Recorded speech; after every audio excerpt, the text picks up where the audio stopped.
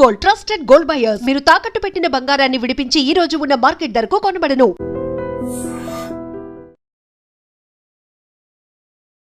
నమస్కారం, welcome to I dream. ధర్మ మార్గం విత్ విజిత కార్యక్రమానికి స్వాగతం.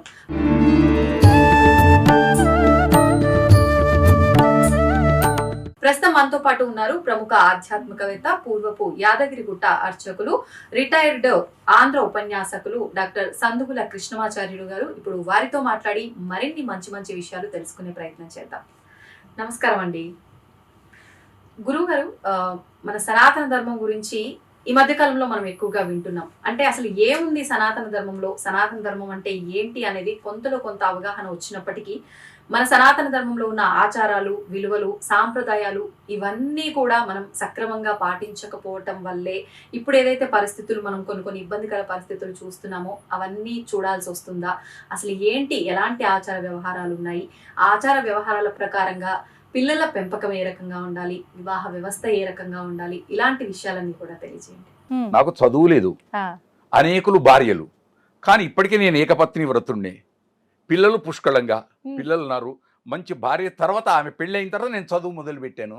చదువు ఎంఏ పిహెచ్డి ఎక్స్టర్నల్ గుళ్ళె పూజారి ఉంటూ పూజారి యాదగిరిగుట్టలో చదువుకున్నాం. అప్పుడు మీలాంటి వాళ్ళు ఏమన్నారు, నువ్వు పూజారి కదనయ్యా, మంచి ప్రభుత్వానికి వెళ్ళొచ్చు కదా, ఈ దక్షిణలు ఈ ఎందుకు ఇలా చెయ్యి, ఇలా ఉండొచ్చు కదా, ఈ చెయ్యి కంటే ఇలా ఉండొచ్చు కదా అన్నాడు. అంతే.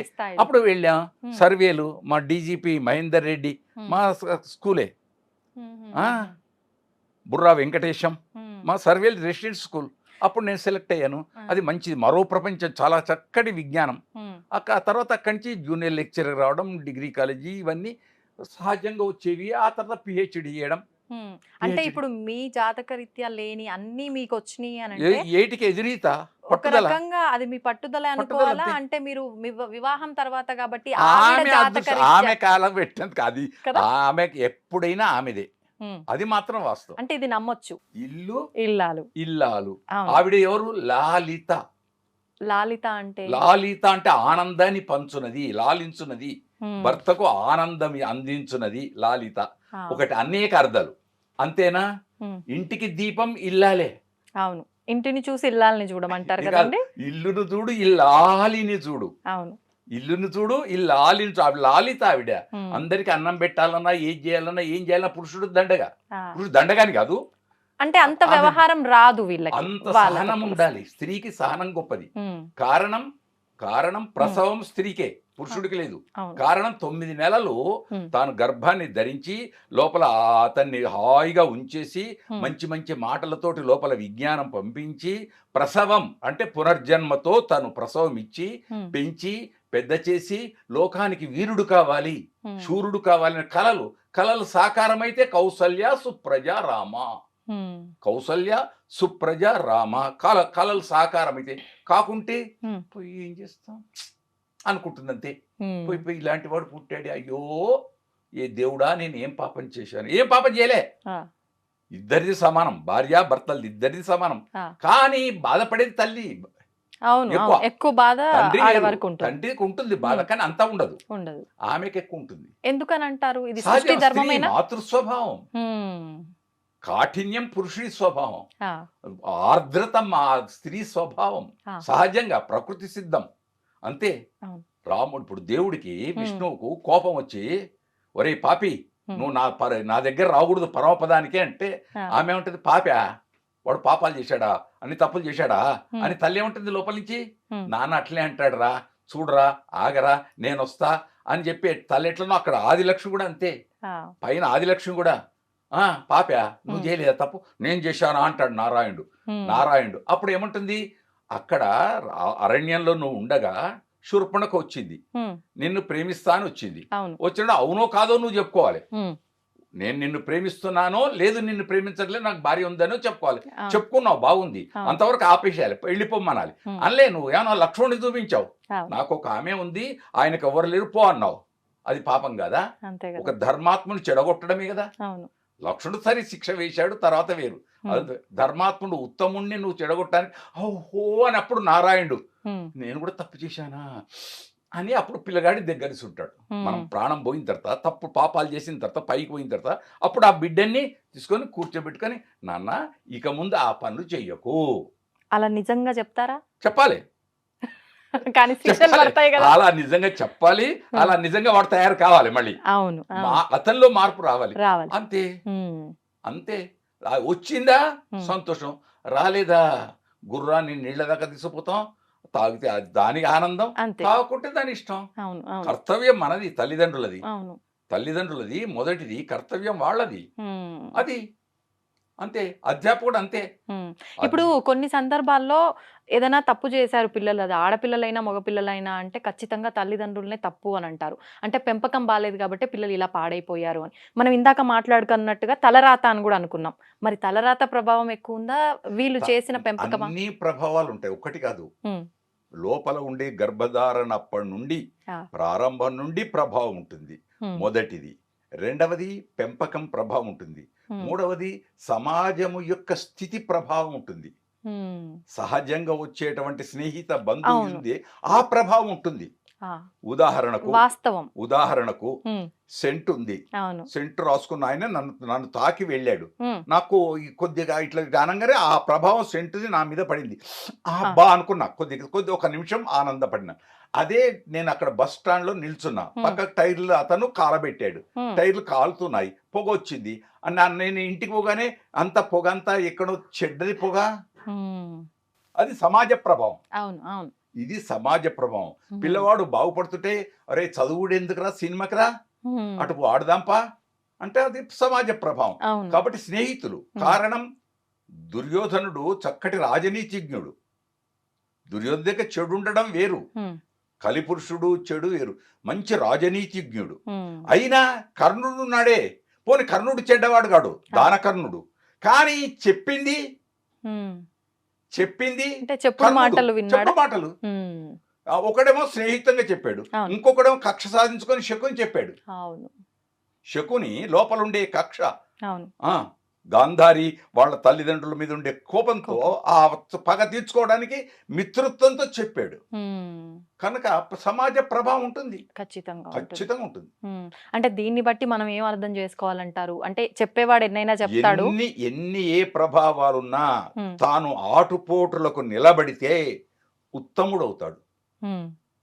పెను తుఫాన్లు కూడా బ్రతికిన వాళ్ళు ఉన్నారు, విన్నారా? అన్ని ఉండి చెడిపోయిన వాళ్ళు ఉన్నారు. అవును, అన్నీ ఉండి పండిత వంశం, తల్లి మంచిది, తండ్రి మంచిది, అన్నీ ఉన్నాయి, కానీ చెడిపోయిన వాళ్ళు ఉన్నారు.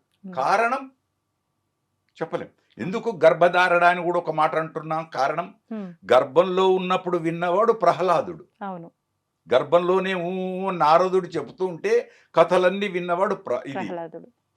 ఆ తర్వాత ఒక తొడ మీద కూర్చోవాలని పట్టుదలతో ఉన్నవాడు ధ్రువుడు.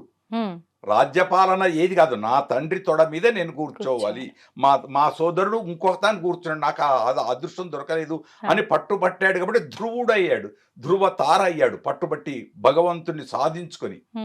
అది మూడవాడు అభిమన్యుడున్నాడు. అభిమన్యుడు గర్భంలో ఉండగా తల్లి అడుగుతూ ఉంటే అర్జునుడు మొత్తం పద్మ వ్యూహంలో ఎట్లా భేదించాలి ఏమిటి వెళ్ళి ఆ యుద్ధ తంత్రం తెలుసుకున్న వాళ్ళు ఉన్నారు. కాబట్టి గర్భధారణలు ఎలా ఉండాలో మనకు కొన్ని సాక్ష్యాలు ఉన్నాయి. అంటే ఈ ప్రభావం ఇప్పుడు పిల్లలు పెరిగే విధానం యొక్క ప్రభావం గర్భధారణ నుంచే మొదలవుతుంది. గర్భధారణ నుంచి ప్రారంభం.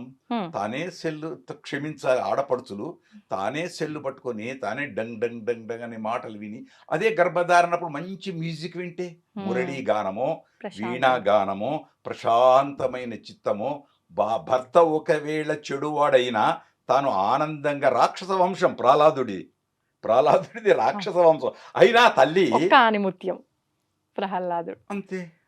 తన భావన తను ఉండి తను ఇది చేసుకుంటే అయిపోయాయి. అంతేకాదు తర్వాత పోషణకు వచ్చే వరకు పోషణ, రెండోది పోషణ వచ్చే వరకు దాదితో పాలు దాగించి పంపిస్తే దాంట్లే అవుతారు. తన సన్యం తను పాలు దాగించి తను హద్దుకొని తన హృదయంలో ఉండే ఆనందాన్ని బిడ్డకు పంచి, ఒక వృక్షం ఉంది చెట్టు, రోజు నీళ్లు పోసి ఆ చెట్టుని ఇలా అంటే అది మంచిది ఎదుగుతుంది. అందుకోసం మొక్కై వంగనిది మ్రానై వంగున. లోకంలో మన సామెతలు మామూలుగా పుట్టలే. అందుకు పెంచాల్సింది తల్లి. ఆ పునాది అనేది గర్భధారణ తల్లి సమయం నుంచే గర్భధారణ మొదలవ్వాలి. నుంచి ప్రారంభం. ఇంకా ఎలాంటి జాగ్రత్తలు ఇంకా తీసుకోవాలి? జాగ్రత్త పెళ్లి నాటించే, అసలు పెళ్లి నాటించి. అవునా? పెళ్ళప్పుడు ఇద్దరు వివాహ వ్యవస్థ భారతదేశానికి 3 పువ్వులు 6 కాయలు. అన్ని దేశాలకు ఆరాధన ఆనందం అందించేది భారతదేశంలో వివాహపు వ్యవస్థ. ఆ వివాహపు వ్యవస్థలో ఆ తొందరపాట్ల మంత్రం తెలియదు, మనకు ఆ మంత్రాల అర్థం తెలియదు, ఏమిటో తెలియదు. ఏదో జరుగుతుంది అంటే జరుగుతుంది అని ఆచార రీత్యా పోతున్నాను తప్ప అక్కడ భర్త పెళ్లి పిల్లవాడి చేత వరుణి చేత పండితుడు ఏం చెప్పిస్తాడు పురోహితుడు? ధర్మ ప్రజా సంపత్త్యర్థం స్త్రియం ఉద్వహే. ధర్మ ప్రజలు పుట్టటానికి, మంచి కొడుకో బిడ్డనో పుట్టటానికి ఈవిడను నేను స్వీకరిస్తున్నాననే మంత్రం. మళ్ళీ ఆ మంత్రము యొక్క రహస్యం ఇద్దరికి గొప్పతనం తెలిసి ఉండాలి కదా. అవును, వాస్తవం, అది తెలిసి ఉండాలి. తెలిసి ఉండాలి. ఇద్దరు అలా పాటించాలి. అవును. ఎంతమంది పాటిస్తున్నారో ఒకటి. 2, ఇంకా జరిగి ఆఖరి చివరికి ఘట్టానికి వచ్చే వరకు అక్కడ మామగారు ఏం చెప్పిస్తాడు? ఆ పచ్చని పందిట్లో పండితుల ముందు, బంధువుల ముందు, అందరి ముందు, అష్టదిక్పాలకులు, ముకోటి దేవతలు వాళ్ళందరి ముందు ఏమంటాడు? ధర్మేచ అర్థేచ కామేచ త్వయేష న అతి చరామి. నేను నీ కాకుండా ఏ పని చెయ్యను. ధర్మ అర్థ కామముల యందు నిన్ను అనుసరించే ఉంటాను. అంటే దాని ముందేంటి? ధర్మం. ధర్మము చేత అర్థం, డబ్బు ధనం సంపాదించ, ధనము చేత కామం కోరిక. ముందే ఇప్పుడు కామం వచ్చింది, కోరిక, ధర్మం పోయింది, అర్థం పోయింది. ఒక్కొక్కటి క్రమ పరిణామం. ధర్మభూతమైంది అది కావాలి, అదే అక్కడ చివరికి మోక్షం వస్తుంది. ఈ మధ్యన మోక్షేచ అంటారు, తప్పు. మోక్షం ఆటోమేటిక్. మోక్షమని మంత్రంలో లేనే లేదు. నువ్వు పరీక్షకు ఖచ్చితంగా చదివి పట్టుదలతో ఉంటే హాయిగా ర్యాంక్ వస్తుంది నీకు. ఏ ర్యాంక్ రావాలో ఆ ర్యాంక్ నీకు వస్తుంది. వచ్చి రాలేదంటే ఎక్కడో తప్పు ఉంటుంది, ఏదో దోషం ఉండి ఉంటుంది. అంటే నీ ప్రయత్నం నువ్వు ధర్మంగా చేస్తే మోక్షం ఖచ్చితంగా నువ్వు చెయ్యి. యత్నే కృతే యది న సిద్ధ్యతి కోత్ర దోష. ప్రయత్నం చేయడం నీ పని, అంతే, తర్వాత వదిలిపెట్టు. అందుకే శాస్త్రంలో ఏమొచ్చింది? షడ్బిర్ మనుష్య యత్నాని సప్తబిర్ దైవ చింతన. మొట్టమొదటి దేవుడా అని దండం పెట్టకు, గాల్లో దీపం పెట్టకు.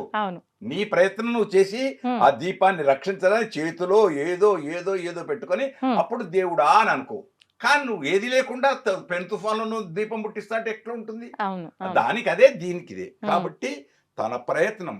అందుకే కృషి ఉంటే ఋషులు అవుతారు. కృషి ముఖ్యం. అది భార్యాభర్తలు కూడా అంతే. ఎక్కడైనా దేనికైనా ముఖ్యమంత్రి స్థానం రావాలంటే క్షమించాలి, నన్ను తప్పు పట్టొద్దు ప్రజలారా ఎవ్వరు గాని. ఎప్పుడైనా కలగన్నాడా ఇప్పటి ముఖ్యమంత్రి వస్తుందని ఇలాంటి పదవి అనుకున్నాడా? వచ్చింది, అనుభవిస్తున్నాడు, అంతే. ఎంతకాలం ఉంటుందో ఎవరు తెలుసు, అది కూడా తెలీదు. ఎప్పుడు ఏమవుతుందో. అవును, ఏది శాశ్వతం కాదు. మిత్రుత్వం ఏమిటో. అవును. కనుక మాన్యులు, అది పురాకృత సుకృతం. ఆ తల్లి అనుకుంటుంది, అబ్బా నేను సఫలం. భార్య అనుకుంటుంది, అమ్మ మా వారు ఉన్నత స్థితికి వచ్చారు, తర్వాతనా వేరు. కనుక అంజయ్య, ఇప్పుడు ఈయన గురించి కాకుండా, రేవంత్ గురించి కాకుండా, అంజయ్య గారు ఎప్పుడైనా అనుకున్నారా? ఎవరైనా తను చెప్పుకున్నాడు, 6 ఆనాల మనిషి అని చెప్పుకున్నాడు. మళ్ళీ ఉత్తమ ముఖ్యమంత్రి అయ్యాడు. ఆ కాలంలో, ఆయన కాలంలో ఎక్కడా స్ట్రైకులు లేవు, ఏదో ఉంటే ఉండేవి. అయ్యో ఉపాధ్యాయులు స్ట్రైక్ చేస్తూ హ్యాబిట్స్ నుంచి వస్తుంటే ఈయన కారు పోతే ఏంటే ఎందుకు అని డ్రైవర్ని అడిగాడు. అడిగితే వాళ్ళు అన్నారు, టీచర్లు అండి వాళ్ళంతా టీచర్లు స్ట్రైక్ చేస్తారా అన్నాడు. సెక్రటరీ కొని వాళ్ళ కోరికలు సఫలం. కాబట్టి అన్ని తెలిసిన వాడికంటే ఏమీ తెలియని వాడు ఏకాదశి నాడు పోతాడు, అన్ని తెలిసిన వాడు ఆ మాసం నాడు పోతాడు. క్షమించాలి, తెలిసి పాటించట్లేరని అర్థం. ఇక అంతే అంతే. ఎందుకంటారు ఇది ఒక మూర్ఖత్వం అనుకోవచ్చా? కొంత మొండి పట్టుదల, కొంత మొండితనం. ఏమైతుందిలే అని నిర్లక్ష్యం, మొండితోటి సహా నిర్లక్ష్యం. ఏమవుతుంది ఇప్పుడు? ఎవరు చూస్తున్నారు, ఎవరు అడుగుతారు? ఒక్కటి నేను పూజారిని అనుకోండి, గుడిలో పూజారిని. దేవుడు ఎవరు? ఆ దేవుడు 14 లోకాలకు చీఫ్ జడ్జి. చీఫ్ జడ్జి ఆయన ముందటే నేను సక్రమంగా పూజ చెయ్యకపోతే, ఆయన బొమ్మ పటము అనుకుంటే మళ్ళీ నన్ను క్షమించేవాడు ఎవరు? అంతే కదా. అంతా ఆయనే అయినప్పుడు ఆయన దగ్గరే మనం నాటకాలు ఆడితే ఎట్లా? అది ఈ జన్మల సఫలం కాకపోవచ్చు, మరి జన్మానికైనా అది ఉంటుంది. ఖచ్చితంగా అప్పు అప్పే, బ్యాంకుల అప్పు అప్పే. అప్పే. అయితే తను తీర్చుకోవచ్చు, భార్య తీర్చొచ్చు. అవకాశం ఉందా? పాపంలో ఏ విధంగా? పాపంలో పంచుకోవడం. కానీ భార్య పుణ్యం భర్తకు వస్తుంది తప్ప భర్త పాపం భార్యకి రాదు. అది ఖచ్చితం, ఆడపడుచులకు ఖచ్చితం అది. ఎందుకంటాం, ఆమె ఆ ఇంట్లో పుట్టింది, ఆ వంశంలో పుట్టింది, ఈ వంశంలోకి వచ్చింది, ఈ వంశంలో వర్ధిల్లుతుంది, వర్ధిల్లుతూ సర్వం త్యాగమయ్యా, ఆమె అన్నిటినీ త్యాగం చేసింది. నీకోసం ఉన్నప్పుడు నీ పాపం పంచుతా అంటే ఎట్లా ఒప్పుకుంటారు ఎవరైనా? దేవుడు ఒప్పుకుంటాడా?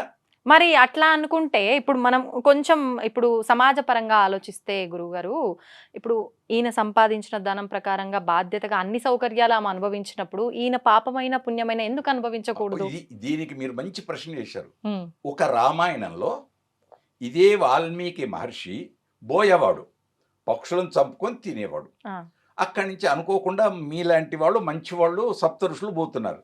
పాప ఆయన చూచాడు, కాలం మారే పరిస్థితి వచ్చింది. చూచి, ఏమయ్యా ఇన్ని పాపాలు చేస్తున్నావు, నీకేం బాధ లేదా? నా డ్యూటీ నేను చేస్తున్నా, నా కోసం నేను చేస్తున్నా, ఇదంతా పోనీ నువ్వు చేసినంత పాపం అని నీకు తెలుసు కదా, ఈ పాపాన్ని ఎవరైనా పంచుకుంటారా? అందరికి వస్తుంది. ఇప్పుడు మీరు అడిగినట్టే నా భార్యకు నా పిల్లలకు కూడా వస్తుంది ఈ పాపము. అయితే ఒకసారి పోయి అడిగిరా, వాళ్ళు చూడండి అవును కాదని చెప్పలే ఋషులు. ఒకసారి వెళ్ళి అడిగిరా, వెళ్ళాడు. వెళ్ళి వెంటనే పిల్లల్ని అడిగారు, నాన్న నేను అంత సంపాదించుకొని వస్తున్నాను, నువ్వు తింటున్నారు, మీరు నా దాంట్లో మీరు ఏమైనా నువ్వు తెస్తున్నావు, మేము తింటున్నావు, నువ్వు ఎక్కడి తెచ్చావో ఏంటో మాకే. సింపుల్ గా అంతే సింపుల్. పిల్లలు వదిలేశారు. అనుకున్నాడు, కొంత మార్పు వచ్చింది. ఇంట్లో వెళ్ళాడు, భార్యని అడిగాడు, ఏమి నేను అన్ని సంపాదిస్తున్నా కదా, నా పాపంలో నువ్వు తెచ్చినావు, వంట చేయడం నా ధర్మం, పిల్లలకు నీకు అందరికి వడ్డించి నీకు చేయడం ఇది, నువ్వు ఎక్కడి తెస్తున్నావో ఏం తెస్తున్నావో నన్ను కట్టుకున్నావు కాబట్టి నేను నా ధర్మాన్ని నేను పాటిస్తున్నా, నీ ధర్మం నువ్వు. అప్పుడు జ్ఞానం కలిగింది. ఓహో ఈ పాపం అంతా అని మనకు ఒకటి ఉంది ఉదాహరణ. అక్కడి నుంచి మారాడు వాల్మీకి అక్కడి నుంచి మారాడు. అంటే మనకు ఆధారాలు లభించవు, కానీ కథలు ఉన్నాయి, కథలు ప్రజలలో ఉన్నాయి, ఆధారాలు లభించవు. కనుక పాపం భార్యకు రాకపోవచ్చు, రావచ్చు కూడా. కానీ భాగస్వామి అయితే, కానీ భాగస్వామి అర్ధాంగి కదా, అర్ధాంగి కదా భాగస్వామి అంటే పాపంలో కాదు, పుణ్యం. ఇప్పుడు రేపు శ్రావణ మాసం, ఇది ఆషాఢ మాసం, వచ్చేది శ్రావణ మాసం. శ్రావణ మాసంలో అత్తయ్య ఆమెను కోడలను తీసుకొచ్చి వరలక్ష్మి వ్రతాలు ఇవన్నీ ఎందుకు చేయిస్తుంది? అంటే ఆమె చేసిన పుణ్యం ఇల్లందరికీ చేసిన పుణ్యం ఇంటికంతా రావాలి. మనది గొప్పది భారతీయ సంస్కృతి. కారణం పాల్గొన అది మాఘ పాల్గొన చైత్ర వైశాఖ మాసాల్లో పెళ్లిళ్ళు, జ్యేష్ఠ మాసం దాకా పెళ్లిళ్ళు. ఆ తర్వాత ఆషాఢం వస్తుంది. ఆషాఢం నెల రోజు విడి ఉండడం. ఇప్పుడు వేరు, ఇప్పటి కాలాలన్నీ వేరు. అప్పుడు అత్తగా తల్లిగారింట్లే ఉండాలి, ఈయన ఇక్కడనే ఉండాలి, అవన్నీ పెద్ద పెద్ద నియమాలు ఎన్నో ఉన్నాయి. ఇప్పుడు కడప దాటు ఏవో చెప్తారు, అవన్నీ వేరు. మొత్తం నవీన విప్రలంబేన శృంగార పుష్టిమశ్రుతి, కొత్తగా పెళ్ళైన వాళ్ళు ఆమె మనస్సు ఈయన మీద ఉంటుంది, ఈయన మనస్సు ఆ మీద ఉంటుంది. కనుక ఆ నెల రోజుల తర్వాత ఇద్దరు వచ్చి భార్యాభర్త అన్యోన్యం కాకుండా అత్తనే తల్లి అబ్బాయి తల్లే తీసుకొచ్చి ఇంట్లో పూజల పేరు మీద ఇద్దరిని కూర్చోబెట్టి పూజలు చేయించి వ్రతం చేయించి, ఒకవైపు నిష్ఠ, ఒకవైపు ప్రేమ, భక్తి, రక్తి. కనుక ఎందుకు ఇచ్చారు? మంచి సంతానం రావడానికి. ఇదంతా ప్రకృతి సహజంగా పెద్దలు ఏర్పరిచినటువంటి భాగం. అందుకు ఆషాఢం వస్తే విడదీస్తుంది, శ్రావణం వస్తే కలుపుతుంది, అంతే. ఇప్పుడు నిజంగా ఇది మన పురాణాల నుంచి ఉందా, ఈ భార్య భర్తలు విడిగా ఉండటం అనేది? ఎప్పటి నుంచి విడిగా ఉండే పురాణాలు కాదు, మన సహజం. మనం ఇప్పుడు 12 గంటలకు నేను భోజనం చేయాలి, 12 గంటలకు నాకు భోజనం దొరకలే, అప్పటి నుంచి ఇక ప్రారంభం అవుతుంటుంది లోపల ఆకలి ఆకలి ఆకలి. ఏ ఆకలి ఎట్లుంటుందో చెప్పలేదు. కోరికలు కూడా ఆకలే, కోరికలు కూడా ఆకలే. ఆవిడని చూడాలని ఈయనకు, ఈయనను చూడాలని ఆయనకు, వీటి మనసులు అనుకోకుండా మంచి పదార్థం దేవుడి దగ్గర నుంచి ఎక్కడో దొరికినటువంటి మధుర పదార్థమో మంచి రుచికల పదార్థం దొరికిందనుకో, అప్పుడు ఏం చేస్తాడు? ఆనందంగా అనుభవిస్తాడు. ఇక్కడ భార్యాభర్తలు కూడా ఆనందంగా అనుభవిస్తే మంచి జీర్ణం అవుతుంది. ఇద్దరు అన్యోన్యంగా ఉంటారు, ప్రేమగా సల్లాపాలు అన్ని ఉంటాయి. కానీ అదే ప్రకృతి సహజం, మనం ఏర్పరచుకున్న నియమాలు. శాస్త్రాలు చెప్తాయి, శాస్త్రాలు అన్ని ఉన్నాయి, కానీ నియమాలు వాళ్ళే ఏర్పరచుకుంటే చాలు.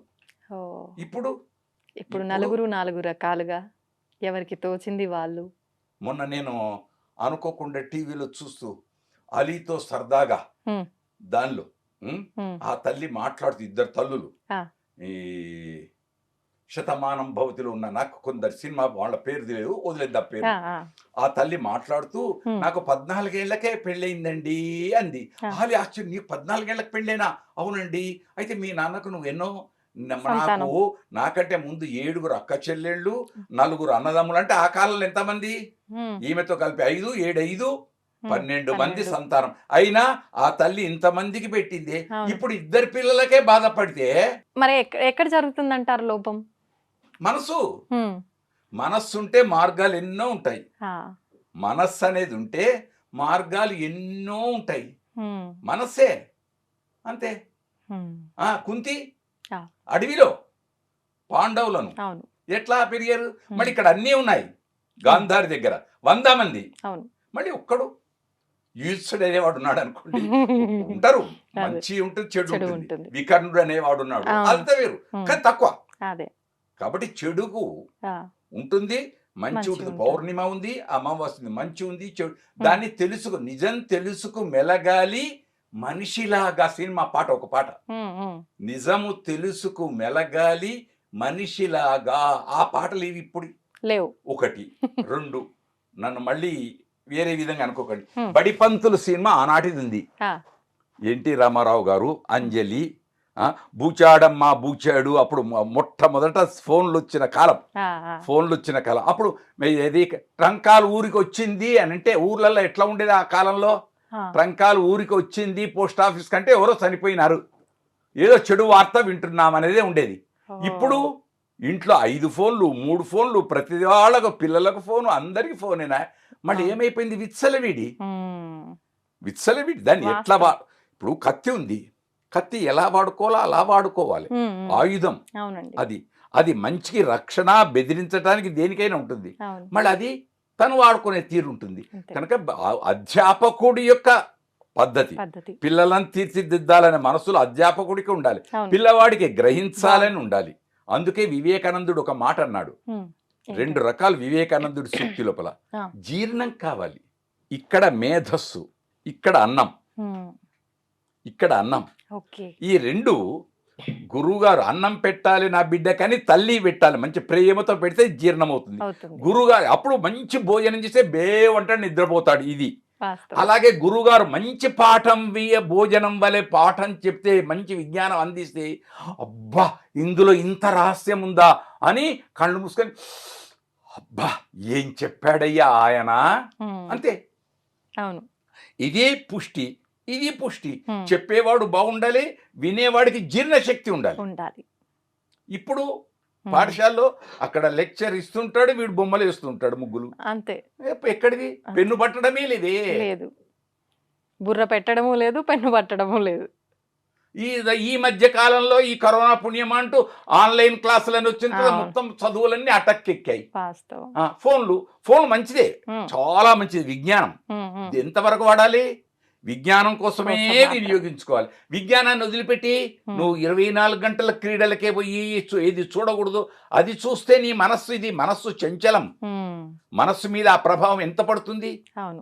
కనుక నిజం తెలుసుకు మెలగాలి.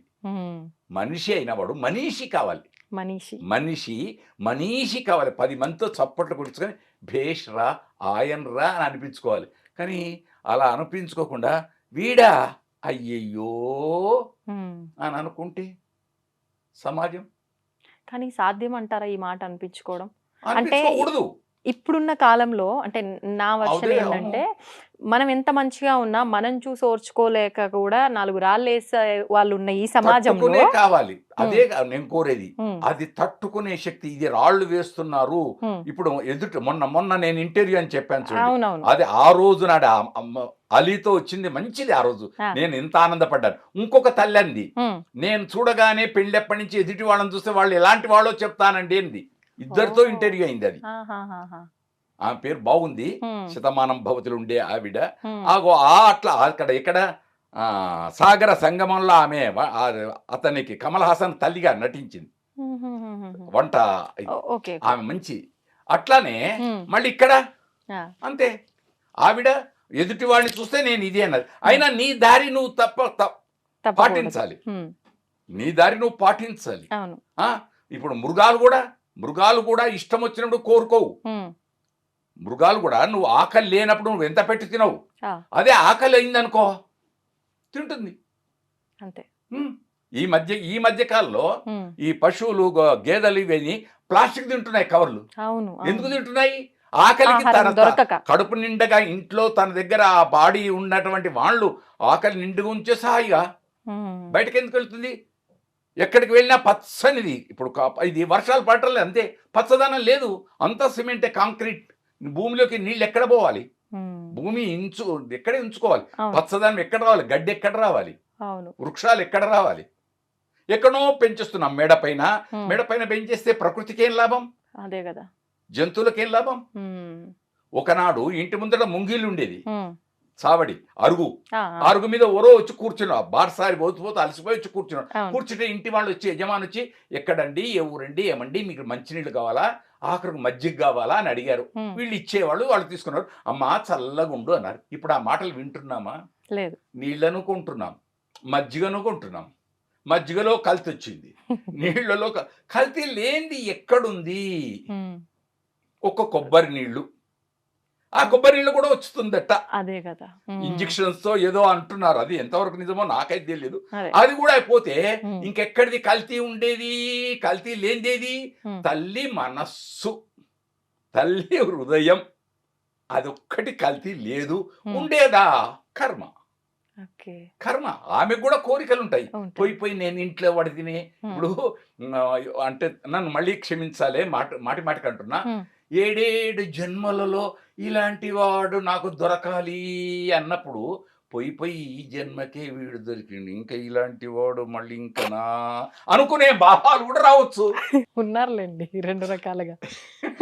ఈ జన్మకే ఇది అనుభవిస్తున్నా, ఇంకా ఇదే మళ్ళీ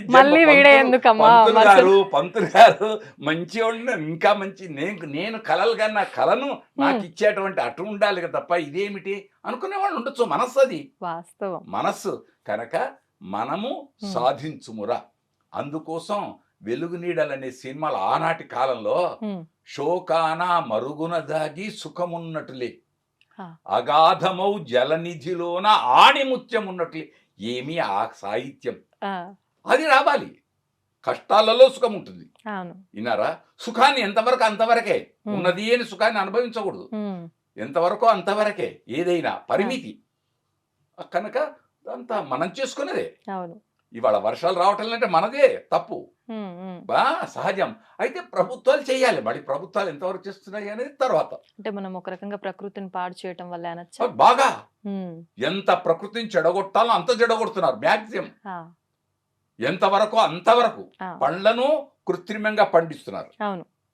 కోయకుమి కసుగాయలని చిన్నప్పుడు పద్యాలలో చదివాం.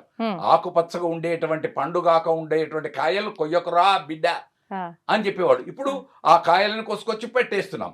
ఇక చివరికి రేపు సీతాఫలాలు వచ్చే కాలంలో గొట్టి కాయలు కూడా తెచ్చి పండించి మా ఔషధుల చేత పండించి వాటిని అమ్మేస్తున్నారు. ఎక్కడ అవుతుంది? అందుకోసం ఏది ఎప్పుడో అది అప్పుడు అలా ఉంటే అంతే. ఎప్పుడు తినాలో అప్పుడు తినాలి, ఎప్పుడు పడుకోవాలో అప్పుడు పడుకోవాలి, ఎప్పుడు చదవాలో అప్పుడు చదవాలి, ఎప్పుడు దండం పెట్టాలో అప్పుడు దండం పెట్టాలి, ఎప్పుడు తీర్థం తీసుకోవాలో అప్పుడు తీర్థం తీసుకోవాలి. అది లేకుండా స్నానం సంధ్య అనుష్ఠానం లేకుండా తీర్థం తీసుకుంటా దండం పెడతా అంటే ఎట్లుంటుంది? ఉంటుంది, దానికి ఏం కాదు, కానీ ప్రభావం ఉంటుంది. మెడిసిన్ డాక్టర్ గారు రాస్తారు, భోజనానికి ముందు భోజనం తర్వాత ఇన్ని గోళీలు, ఈ గోళీలు వేసుకో అంటాడు. వేసుకోకుండా నేను ఎప్పుడో వేసుకుంటా అంటే ప్రభావం పోతుంది. 3 బాగుండాలి. డాక్టరు మంచివాడు అయి ఉండాలి, మెడిసిన్ మంచిది ఉండాలి, పేషెంట్ మంచివాడై ఉండాలి. 3 అవును. మూడింటిపై పేషెంట్కి ఆధారపడి. డాక్టర్ మీద నమ్మకం ఉండాలి. డాక్టర్ మంచి ప్రిస్క్రిప్షన్ ఇవ్వాలి. అవును. ఆ ప్రిస్క్రిప్షన్ దొరికింది మెడికల్ షాప్లో మంచిది దొరకాలి. అది ఆ సమయంలో ఆయన చెప్పినట్టు పాటిస్తే దాని ప్రభావం అదే. అవును. విజ్ఞానం కూడా అంతే. ఆ, విజ్ఞానం కూడా అంతే. అంతే. ఉమ్, భార్యాభర్తలు కూడా అంతే. ఆ, భార్యాభర్తలు కూడా ఆ, అంతే. ఇప్పుడు కొందరు అత్తలను తిడతారు, అవును. అత్తలను తిడతారు, అవన్నీ వేరు. ఆ, కానీ అత్త పెళ్లి ఎందుకు చేసింది? వీళ్ళిద్దరు చక్కగా ఉండాలి, వంశం వృద్ధి కోడలు, చెందాలి. నా కొడుకు మంచిగా. కోడలు అన్యోన్యంగా ఉండాలని కదా. వీళ్ళు సినిమాకు పోతా అంటే వద్దంటది అత్తయ్య. ఒక మాట చెప్తే ఏమో, చిన్న మాట, ఉమ్, అత్తయ్య మేము సినిమాకి వెళ్తాం, ఉమ్, ఒక చిన్న మాట. ఆమెకేం చెప్పేది అనుకుంటే ఎక్కడ విషయం బియ్యం. ఆ, ఆ, నేను కదా, నాకు తాళు చేతులు రాలేదు, ఈ పెత్తనం అంతా నాకు వచ్చేటప్పుడు వస్తుంది నీకు. ఉమ్, ఎప్పుడు రావాలో సమయం రావాలి. పిహెచ్డి ఎప్పుడు రావాలో అప్పుడు వస్తుంది. అంతే. దీన్ని తవ్వండి, తవ్వుతున్న శివలింగం. పరమాత్మకు జీవా సరే దాన్ని అట్లా కప్పేసేయండి, చూపించదండి. Krishna is there.